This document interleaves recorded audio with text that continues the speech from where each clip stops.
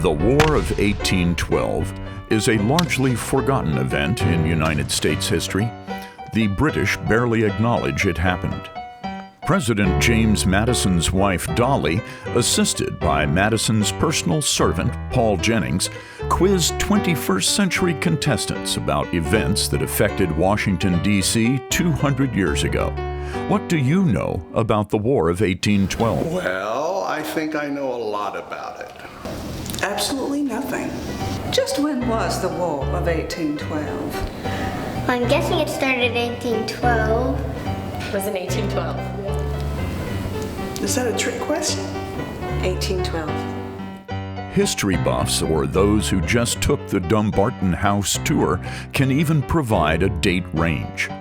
It was from 1812 until 1815. 1812 to 1815. Oh, aren't they wonderful? Got it just right. Although Dolly Payne had a strict Quaker upbringing, after marrying her second husband, Virginia politician James Madison, she became the new capital city's premier hostess for President Thomas Jefferson, beginning in 1801, while Madison served as Secretary of State. And then, in 1809, she became the Presidentitress of the United States. Mrs. Madison was known for making her guests feel at ease. No matter what your station in life, you were always welcomed at the White House. All is calm now at the Dumbarton House in the Washington neighborhood of Georgetown. But on August 24, 1814, when the estate was called Bellevue, Washington was under attack by the British. There were several reasons for the United States to declare war on Great Britain. Do you know even one of them? What maritime reason was a main cause for the War of 1812? Was it A, British taking American seamen off their ships and forcing them to serve in the Royal Navy against Napoleon? B, Britain preventing American trade with China? C, Britain blockading American seaports? Or D, all of the above? Okay. D? Mr. Jennings? I'm sorry, it is not D. But it's one of those. A. Yes, that was a very major concern at the time. Over 6,000 American seamen were taken off their ships and forced to serve in the Royal Navy against Napoleon from 1793 to 1814. The British stopped impressing American seamen when Napoleon Bonaparte fell from power in France in 1814. Who was the U.S. president when the United States declared war on Great Britain in June of 1812? Was it A, James Madison, B, Thomas Jefferson, C, John Adams, or D, Mr. James Monroe? You know, I know it wasn't Madison. He inherited that, if I'm not mistaken, so I think it was James Monroe. I'm going to say Madison. President James Madison. Mr. Jennings? He is correct. Now, how many stars and stripes does the Star-Spangled Banner have? Is it A, 13 stars and 13 stripes, B, 15 stars and 15 stripes, C, 15 stars and 13 stripes, or D, 13 stars and 15 stripes? There's 13 stripes and 15 stars. No, it had the stripes. Yeah, that's the question is, do you want to, I'm trying to remember if it was 13 stars and 15 stripes or 15 stars and 15 stripes. I'm going to go for it. I'm going to go with 13 stars, 13 stripes, because that is a fancy picture right there. Well, it is a nice picture, but that is the incorrect answer. Okay, that's the Star Spangled Banner because it's got the big hole in it and it's ragged on the edges. So I think it's B. 15 and 15. All right, Mr. Jennings? They are correct. Which famous American song was written during the War of 1812? Was it A, the Star-Spangled Banner, B, America the Beautiful, C, Your Grand Old Flag, or D, My Country 'Tis of Thee? B. Is that right, Mr. Jennings? That is not right. Let's go A. Definitely. Okay. A. Okay, I think I know this one because I've been to the American History Museum and seen the actual Star Spangled Banner, which I know was damaged in the War of 1812, so I'm going to go with the Star Spangled Banner. Great answer. When asked if he thought the British would attack Washington, which cabinet member said no? Baltimore is the place that is much more consequence. Was it A, Secretary of War John Armstrong? B, Secretary of State James Monroe? C, Secretary of the Navy William Jones? Or D, Attorney General Richard Rush? When I think of the British, I think of ships and being on the water, and naturally, I'm just going to zero in on it and say Secretary of the Navy William Jones. I think it was John Armstrong. It was Secretary of War John Armstrong, because he is the individual that felt that we didn't have to defend Washington at all. They were going to go straight for Baltimore, that nest of pirates. And he is correct. Oh, well done, sir. Why did the British invade Washington? A, to steal money from the treasury. B, as repayment for the success of the American Revolution. C, to punish James Madison for fleeing the capital city. D, a reprisal for the United States having burned York, Canada, now Toronto. I think because the war probably took a great deal of money to wage for the British, they probably wanted to raid the treasury. Is that the right answer? No. Probably we did something to Canada, and that's why they were angry at us. Correct? Correct answer is D, in reprisal for the United States having burned York, Canada. Now, what did I plan to do on August 24th, 1814?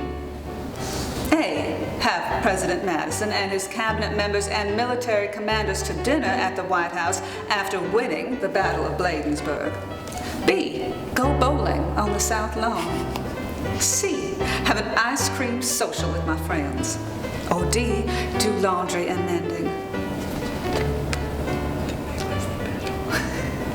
I don't know. I think it is A. Mr. Jennings? They are correct again. Where did my friend Major Charles Carroll take me after leaving the White House on August 24th, 1814, as the British invaded Washington? Was it A, the Capitol? B, the Octagon House? C, Arlington House in Virginia? Or D, right here at Dumbarton House, which at that time was called Bellevue? Don't believe that it's A or B, so I will guess and say D. That's one question that I know, that they stopped at Bellevue on their escape from Washington. Mr. Jennings? She is correct. What is a privateer? A privately owned ship with its government's letter of marque and reprisal to legally capture enemy ships. B, a pirate ship with no government support. C, a rogue naval ship. Or D, a sea captain with a peg leg and a parrot. Privateer. I think I saw a cartoon about this once. It's a sea captain with a peg leg and a parrot. It's got to be an independent pirate ship, so I'm going to say B.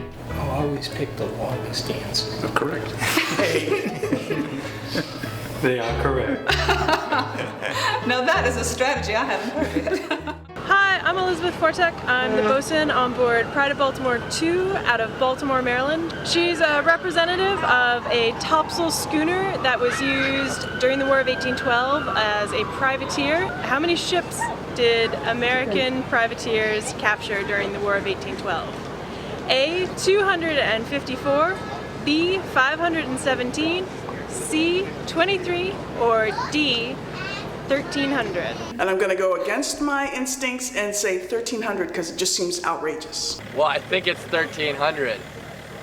We know that because we're descended from a privateer. D, they captured 1,300 British merchant vessels during the War of 1812. Now, what did Treasury Secretary George W. Campbell give to James Madison as the president left the White House for the Battle of Bladensburg?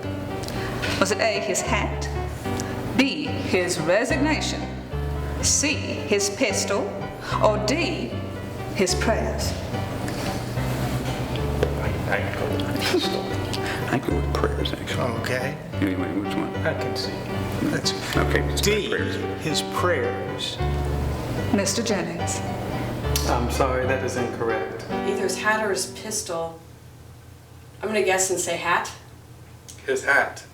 Okay, your tone suggests maybe not.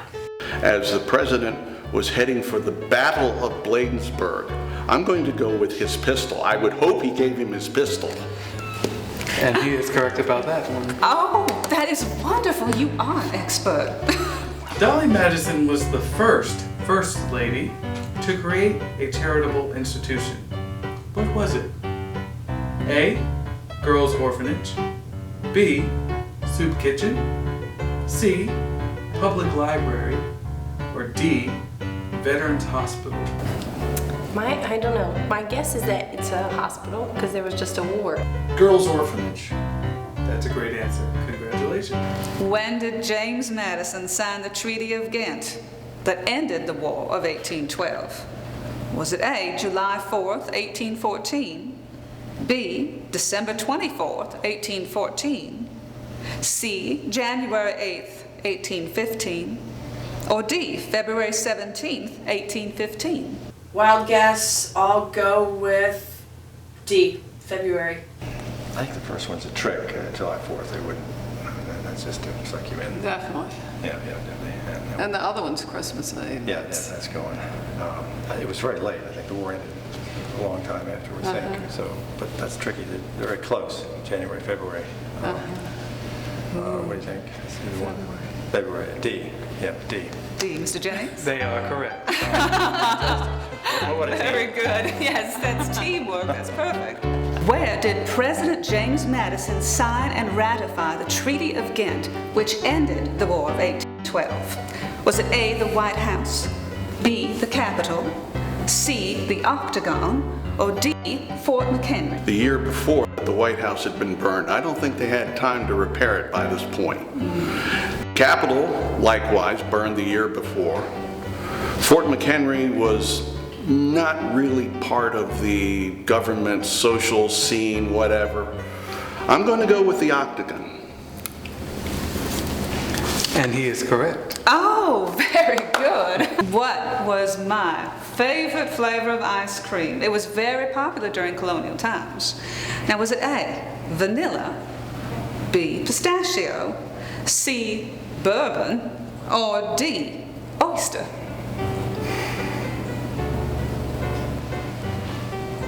I believe we have him stumped.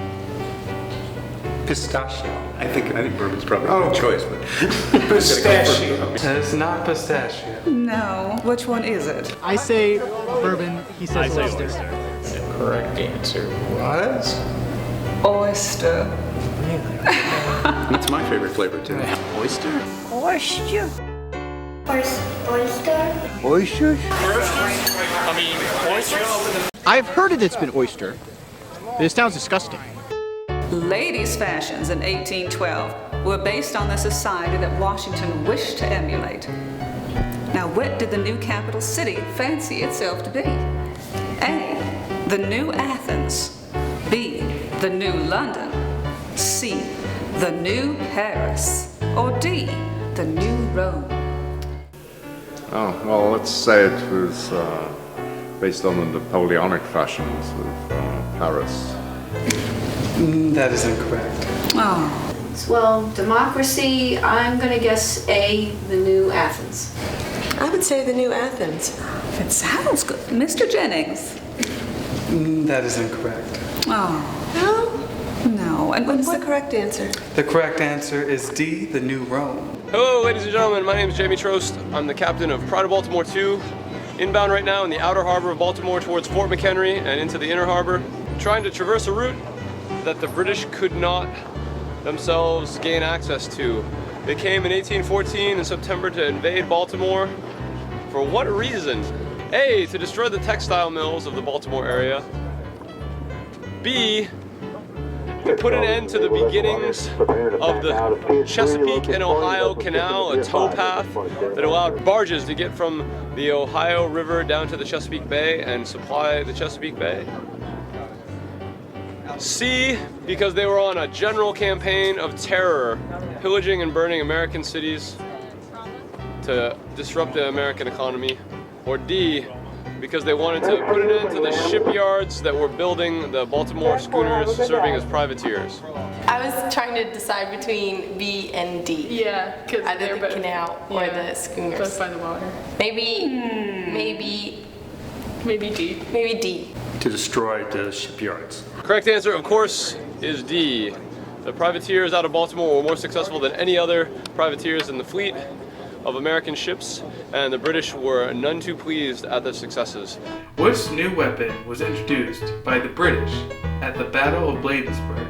The Congreve rocket was a new weapon introduced by the British. It was actually used in 1813 at the Battle of Havre de Grace. A local man of the name of Webster, who was near the battery in Havre de Grace, was hit on the head by a Congreve rocket. So these new weapons scared the Maryland militia, who ran when they saw these terrifying weapons coming towards them. Who is credited with publishing the first White House memoir? Was it A, Thomas Jefferson, B, James Madison, C, Paul Jennings, or D, John Adams? Oh, I think Paul Jennings for sure. Don't you think? What do you think? I mean, here he is right here. I mean, we gotta. Is that your answer? He's being pretty non-committal. Yeah. Very modest, I think, Paul Jennings. Definitely Paul Jennings. You are correct. What was my favorite flavor of ice cream? Oysters? Oyster. Oyster? Oyster? You're kidding. Why don't we have oyster ice cream anymore? This is an oyster soup recipe from the Virginia housewife. Wash and drain 2 quarts of oysters. Put them on with 3 quarts of water, 3 onions chopped up, 2 or 3 slices of lean ham, and pepper and salt. Boil it till reduced 1/2. Strain it through a sieve, return the liquid into the pot, and put in 1 quart of fresh oysters. Boil it till they're sufficiently done, and thicken the soup with 4 spoonfuls of flour, 1 cup of rich cream, and the yolks of 6 new-laid eggs beaten well. Boil it a few minutes after the thickening is put in. Take care it does not curdle and that the flour is not in lumps. Serve it up with the last oysters that were put in. Now, if the flavor of thyme be agreeable, you may put in a little, but take care that it does not boil in it long enough to discolor the soup. Now, to make oyster ice cream, make this rich soup, strain it from the oysters, and freeze it. It was oyster ice cream. Now, see, I can't do Go it ahead, now. keep going, just keep going, keep going.